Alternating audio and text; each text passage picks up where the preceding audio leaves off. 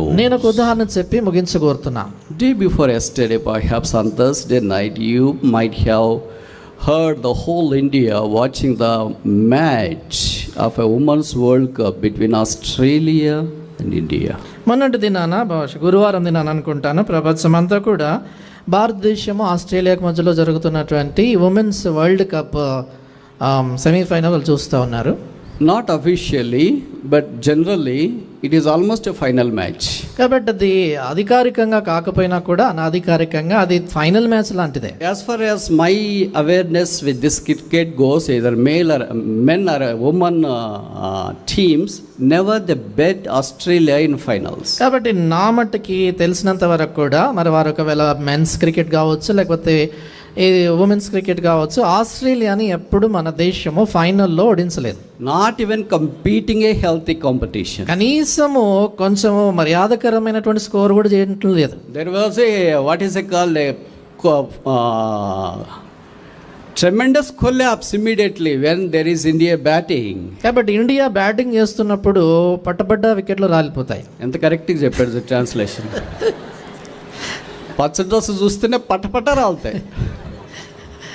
That is really the stage. You need not watch the match. కాబట్టి తర్వాత ఇక match చూడాల్సినటువంటి పని ఉండదు, అలాగ జరుగుతూ ఉంటా మ్యాచ్ లో. But God exalted a simple girl on Thursday night. అయితే గురువారం రాత్రి ఒక సామాన్యమైనటువంటి ఒక అమ్మాయిని దేవుడు ఎంతగానో హెచ్చించాడు. When you look at the play she has done, ఆమె చేసినటువంటి స్థలాన్ని చూసినప్పుడు ఆ మాట చూసినప్పుడు, especially when she was coming so close to a century and close overs of the match, కాబట్టి ఆమె సెంచరీకి దాదాపు దగ్గరికి వచ్చేటప్పుడు కానీ చివరి ఓవర్లకు దగ్గరగా వచ్చేటప్పుడు her maturity was unlimited. ఆమెలో చూపించినటువంటి ఆమె పరిపక్వత నిజంగా ఎంతో గొప్పదిగా ఉండింది. Her integrity was unquestionable. ఆమె యథార్థత ఏమాత్రం ప్రశ్నించలేంది. And you find no words at all to describe having a maturity for 25-year-old girl when the whole cricket world across the nation, across the world is watching. చూడండి, ప్రపంచం యావత్తు కూడా వీక్షిస్తూ ఉంటున్నప్పుడు ఒక 25 సంవత్సరాల ఒక యవనస్తురాలు అలాంటి పరిపక్వత చూపించడం నిజంగా ఎంతో అద్భుతమైన సంగతి. Before our eyes the captain was badly out. కాబట్టి చూస్తుండగానే కళ్ళ ఎదుట కెప్టెన్ అమ్మాయి ఎంతో ఘోరంగా అవుట్ అయిపోయింది. But usually we think that when captain goes, where is hope for India to just win this match? కాబట్టి మామూలుగా మనం అనుకుంటాం కానీ కెప్టెనే అవుట్ అయ్యాడంటే ఇంకా మ్యాచ్ గెలిచేదానికి ఇండియాకి ఆశలే లేవనుకుంటాం. But you know that God helped her to persistently hang on to the last overs and India won the match. అయితే మీకు తెలిసినట్లుగా చివరి వరకు కూడా మరి దేవుడు ఆమెకు సహాయపడ్డాడు. చివరి ఓవర్లో కూడా మరి మ్యాచ్ గెలిచేటట్లుగా ఆమె సహాయపడింది. And you know what she was doing in the last overs? చివరి ఓవర్లో ఆమె ఏం చేసిందో తెలుసా? She hanged her head in betwixt her knees.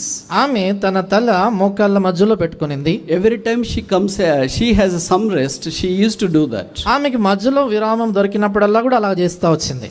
And after the match over, there was one person, CNN perhaps, asking her what you were doing then. అప్పుడు match అయిపోయిన తర్వాత మరి ఇంటర్వ్యూ చేసేవాళ్ళు, బహుశా CNN ఛానల్ వాళ్ళు అనుకుంటారు, వాళ్ళు అడిగారు, ఈమెను అడిగాడు. And she was telling, I was praying and talking to myself. ఆమె ఏం చెప్పిందంటే, నేను ప్రార్థన చేస్తా ఉన్నా, నాతో నేను మాట్లాడుకుంటున్నాను అనింది. When I am unable to carry on, my Jesus will carry me through. నేను ఎప్పుడైతే ముందుకు సాగలేకపోయానో నా యేసు ప్రభువు నన్ను ముందుకు తీసుకెళ్ళాడు.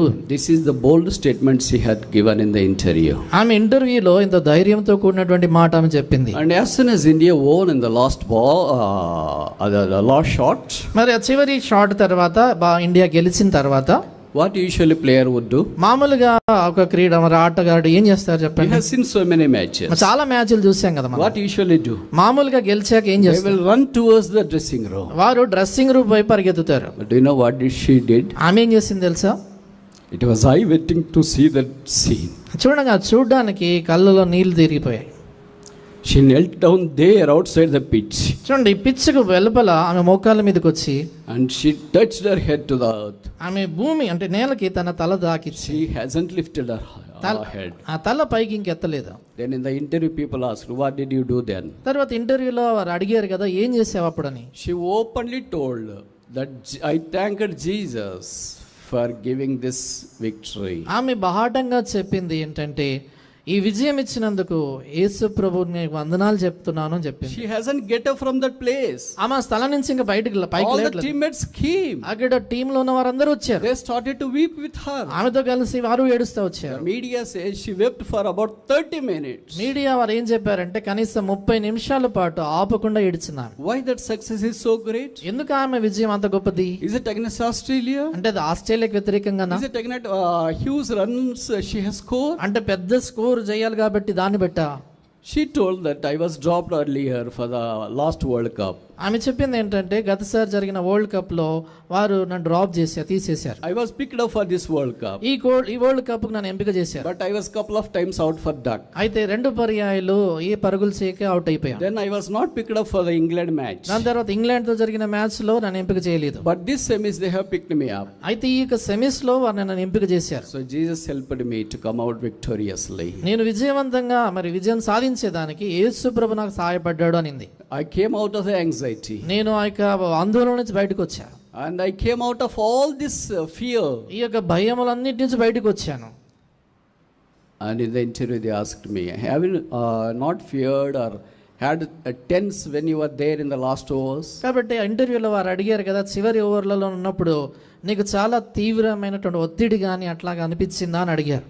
And believe me, those who were watching that match were not able to watch because of the tense. కాబట్టి నిజంగా నమ్మండి, నేను చెప్పేది ఆ మ్యాచ్ చూస్తున్నటువంటి వారు ఆ తీవ్ర ఒత్తిడిని బట్టి ఆ match చూడలేకపోయారు. And before her wickets were falling down. ఆమె కళ్ళ ఎదుటే వికెట్లు పడిపోతా But she has to stand, otherwise there is no hope. అయితే ఆమె నిలబడాలి, లేకపోతే ఇంకా ఆశ ఉండదు. I think many of the viewers have already turned off their TVs and started to involve in their work. బహుశా నేను అనుకుంటాను చాలా మంది వారి టీవీలు కానీ మిగతా ఆఫ్ చేసినటువంటి వారై వాళ్ళ పళ్ళల్లో ఉండిపోయారేమో. Here today, I think if I am right, they asked Gavaskar, Sunil Gavaskar, the legend of Indian cricket team, how do you rate the innings of Jemimah? నేను అనుకుంటాను సునీల్ గవాస్కర్ గారు అంటే భారతదేశ క్రికెట్ దిగ్గజం. ఆయన అడిగారు జెమీమా రోడ్రిగ్స్ చేసినటువంటి ఈ ఇన్నింగ్స్ కి మీరు ఎలాగునా దానికి ర్యాంక్ ఇస్తారో అని అడిగారు. Then he said that Jemimah smartly played the cricket and the cricket world has never seen such a shots she has played. ఆయన చెప్పాడు ఏంటంటే చాలా తెలివిగా అమ్మాయి ఆడింది, క్రికెట్ ప్రపంచము అలాంటి ఇన్నింగ్స్ ఎప్పుడు చూసి ఉండలేదు అని చెప్పారు. And they were also asked Kapil Dev, who was one of the legendary person who was a captain of 1983 men's world cup in cricket. దాని తర్వాత కపిల్ దేవ్ గారు అంటే 1983లో భారతదేశపు క్రికెట్ టీమ్ కి కెప్టెన్ గా ఉన్నటువంటి ఆయన క్రికెట్ లో ఒక దిగ్గజం లాంటి వ్యక్తిని ఆయన కూడా అడిగారు. Then how do you think that Jemimah's inning is? Jemimah innings ఎలా ఉండింది అని అడిగారు. He said that I have analyzed the innings of Jemimah, but the way she handled the pressure is supernatural. కాబట్టి ఆయన ఏం చెప్పాడంటే నేను అమ్మాయికి ఆటనంతా విశ్లేషించి చూశాను కానీ ఆమె ఏ రీతిగా అయితే ఒత్తిడిని ఎదుర్కొనిందో నిజంగా అది మానవాతీతంగా అనిపించింది అన్నాడు. And then Harshla Bogli, one of the top class commentator, they asked him. తర్వాత హర్ష బోగ్లే చాలా ప్రఖ్యాతిగాంచినటువంటి గొప్ప కామెంటేటర్ ఆయన అడిగారు, do you rate the innings of Jemmy? ఈ జెమీమా యొక్క ఇన్నింగ్స్ ని మీరు ఎలాగైనా రేట్ చేస్తారని. He said, Jemmy, greetings, congratulations once again. ఆయన అన్నాడు, జెమీ గ్రీటింగ్స్, మరొకసారి మీకు శుభాకాంక్షలు అని చెప్పారు. And I have no words to explain your innings. Me innings గురించి చెప్పడానికి నాకు మాటలు సరిపోవు అని చెప్పాడు. You know that he is one of the top class commentators. Nobody can ever stand before him, although he is not a cricket player. చూడండి, ఆయన cricket ఆటగాడు కాకపోయినా కూడా ఆయన కామెంటరీలో చూసినప్పుడు ఎవరు కూడా ఆయన అంత గొప్పగా కామెంటరీ చేసేవాళ్ళు లేరు. But very few can match with him like Ravi Shastri, Sunil Gavaskar. But this Harshla Bogli is not a cricket player, but he says that I have no words to explain the innings of Jemimah. Ravi Sastry, Gavaskar లాంటి వాళ్ళు ఆయనతో సమంగా చేయగలుగుతారు. ఆయన ఆటగాడు, cricket ఆటగాడు కాదు, ఆయన కూడా గొప్ప కామెంటేటర్. ఆయన చెప్పాడు ఆమె ఇన్నింగ్స్ ని గురించి చెప్పేదానికి మాటలు సరిపోవు అన్నాడు. ఎక్కడ పడిపోయింది, where she was fallen, she has rose to the heights of Himalayas. చూడండి, ఎక్కడైతే ఆమె పడిపోయిందో అక్కడ హిమాలయాలంత ఎత్తుగా ఆమె పైకి ఎక్కింది. And she gave all the credit to Jesus Christ. చూడండి, ఆమె ఘనత అంతా కూడా యేసు ప్రభు నామానికి ఇచ్చింది. She said that I was spent my nights weeping almost every day. ఆమె ఏం చెప్పిందంటే ప్రతి దినము నేను నా రాత్రులు కన్నీళ్లు గారుస్తూ గడిపానని. She quoted verse from Bible, Psalm 30, Weeping may endure in the night, but joy cometh in the morning. కీర్తనల గ్రంథం 30లో ఉన్నటువంటి ఆ యొక్క మాట ఆమె ఎత్తి చెప్పింది. మరి దుఃఖము వచ్చి రాత్రి అంతా ఉండి నన్ను ఉదయమున సంతోషము కలుగును. Can you imagine a cricket player openly confessing her faith and standing for Christ? కాబట్టి ఒక క్రికెట్ ఆడేటువంటి ఒక క్రీడాకారిని బహాటంగా యేసుక్రీస్తు వారి నామమును ఒప్పుకొని క్రీస్తు కొరకు నిలబడ్డము మనం ఊహించగలగమా? If only we receive the chastisement of Christ, the failure will become a fitting fullness and a fabulous victory. నిజంగా ప్రభు యొక్క శిక్షణగా మన జీవితంలో మనం అనుమతించినట్లయితే మన ఓటమి నిజంగా మన జీవితంలో గొప్ప విజయంగా దేవుడు తీర్చిదిద్దుతాడు. As I saw her doing all these activities in the field, కాబట్టి ఆమె నేను చూస్తూ ఉంటున్నప్పుడు అది నాన్న she has such a popularity and a fame.